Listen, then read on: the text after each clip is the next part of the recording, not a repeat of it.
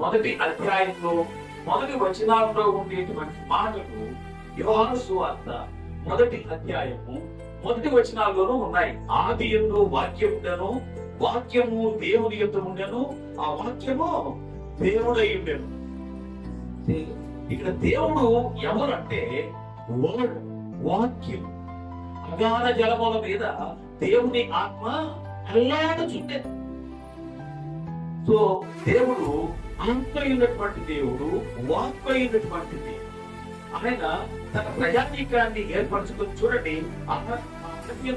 ఆ యోహాను హెబ్రీ పత్రికలో మొదటి అధ్యాయంలో మనం చూస్తే పూర్వకాలమున సమయాల్లో ప్రవక్తల ద్వారా మన పితరులతో మాట్లాడినటువంటి దేవుడు. ఆయన పితరులతో అలా మాట్లాడాడు. ప్రవక్తల ద్వారా, రాజుల ద్వారా, యాజకుల ద్వారా, ఆయన ఏర్పాటు చేసుకున్నట్టు ప్రజల ద్వారా దేవుడు మాట్లాడాడు. ఇప్పుడైతే ఏం జరుగుతా ఉంది అంటే అది సరిపోక ప్రజానీకము త్రోవ తప్పిపోయినందువలన, దేవుని మాటకు లోబడినందువలన ఇప్పుడు దేవుడే సాక్షాత్తు దిగి రావాల్సి వచ్చింది. దాన్ని ఏమంటారంటే ఇంగ్లీష్ లో ఇన్కార్నేషన్. ఇన్కార్నేషన్ అంటే the word became flesh and blood అన్నమాట. ఆ వాక్యము దేవుని యొద్ద ఉండెను, వాక్యము దేవుడై ఉండెను. ఒక్కడైనటువంటి దేవుడు వర్డ్ అంటే దేవుని వాక్యం. అందుకే వాక్యం చెప్పేటప్పుడు జాగ్రత్తగా వినాలి అని చెప్పింది.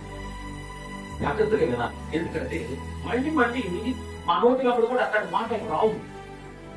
ఆ దినానికి సంబంధించిన పాఠ భాగాన్ని చదువుతుంటే మాకు దేవుడు స్ఫూరింపజేసిన విషయాలను మేము ముందు పెడతాం.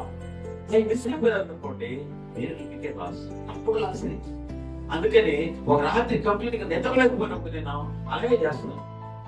ప్రశాంతమైన వాతావరణంలో ఈ వాక్యాన్ని ప్రభుత్వాన్ని ఈ బిడ్డలకి ఎలా అందించాలి. అందుకని ఒక్క మాట కూడా తక్కువకుండా మన దేవుని వాక్యాన్ని వినడానికి ప్రయాసపడాలి.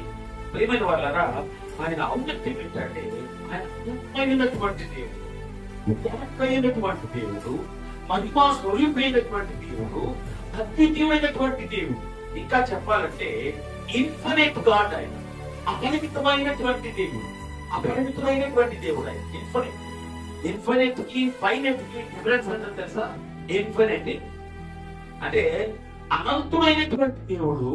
ఆయన ఎలా వచ్చాడంటే పసిపాలుడుగా, మానవుడుగా శరీరమును ధరించుకొని, రక్తము మాంసమును ధరించుకొని ఈ లోకంలోకి వచ్చాడు. కన్య అయినటువంటి మరియా అనేటువంటి ఆత్మను ఆయన చూస్ చేసుకొని ఆయన గర్భంలో ప్రవేశించాడు. ప్రియమైన దేవుని సంగమా, మీకు ఒక రహస్యం చెప్తా. ఏంటి రహస్యం అంటే మనమందరం కూడా మనుషులు, స్త్రీలైనా పురుషులైనా తల్లిదండ్రుల యొక్క కలయిక ద్వారా పుట్టినటువంటి వాడు.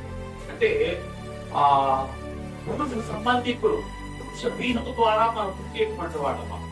ఈ ప్రపంచంలో ఒకే ఒక్కడు ఆయన స్త్రీకి పుట్టినటువంటి వాడు ఎవరంటే యేసు ప్రభు మాత్రమే. ఆయన పురుష సంయోగం వల్ల కాకుండా పరిశుద్ధాత్మ దేవుడు స్పష్టంగా రాశారు. వారికి ప్రదానం చేయబడిన తర్వాత వారి ఏకము కాకముందు ఆమె పరిశుద్ధాత్మ వలన గర్భము ధరించెను అని రాయబడింది. కాబట్టి చల్లది బియ్యపు యేసు ప్రభు నాయన గురించి చెప్పుకొని మాట్లాడతాడు ఒక ఆయన. సరే, వాళ్ళకి ఏం తెలుసు పాపం, ఏదో మాట్లాడతారు, అజ్ఞానంతో మాట్లాడతారు, ఆవేశంతో అతిశయంతో మాట్లాడతారు. కానీ దేవుడు సమాధానం చెప్తాడు. ఇక్కడ స్త్రీ నిర్మించినటువంటి వాడు ఏ విధమైనటువంటి లోపము లేకుండా ఆయన స్త్రీకి నిర్మించినాడు. ప్రియమైన వాళ్ళరా, ఈ యోహాను సువార్త వచ్చినప్పుడు ఆ వాక్యము శరీరధారి కృపాసక్తి సంపూర్ణుడుగా మన మధ్య నివసించను. ఆ వాక్కైనటువంటి దేవుడు శరీరమును అనగా రక్తమును మాంసమును ధరించుకొని మన మధ్య నివాసం చేయడానికి వచ్చినాడు. 33.5 సంవత్సరాలు ఆయన మనతో నివాసం చేశాడు. అయితే ఈరోజు మీకు ఒక ప్రాముఖ్యమైన కొన్ని విషయాలు చెప్పాలని ఆశపడుతున్నారు. ఏంటంటే ఎందుకు దేవుడు పూర్వకాలంలో పితరులతో ప్రవక్తల ద్వారా, రాజుల ద్వారా, యాజకుల ద్వారా మాట్లాడేటువంటి దేవుడు ఎందుకు అనావతారిగా వచ్చాడు? ఎందుకు శరీరాన్ని ధరించుకున్నాడు? ఎందుకు ఆయన కృపా సత్య సంపూర్ణుడుగా మన మధ్య నివసించాడు? ఎందుకు ఆయన శరీరంతో వచ్చినాడు భూలోకానికి?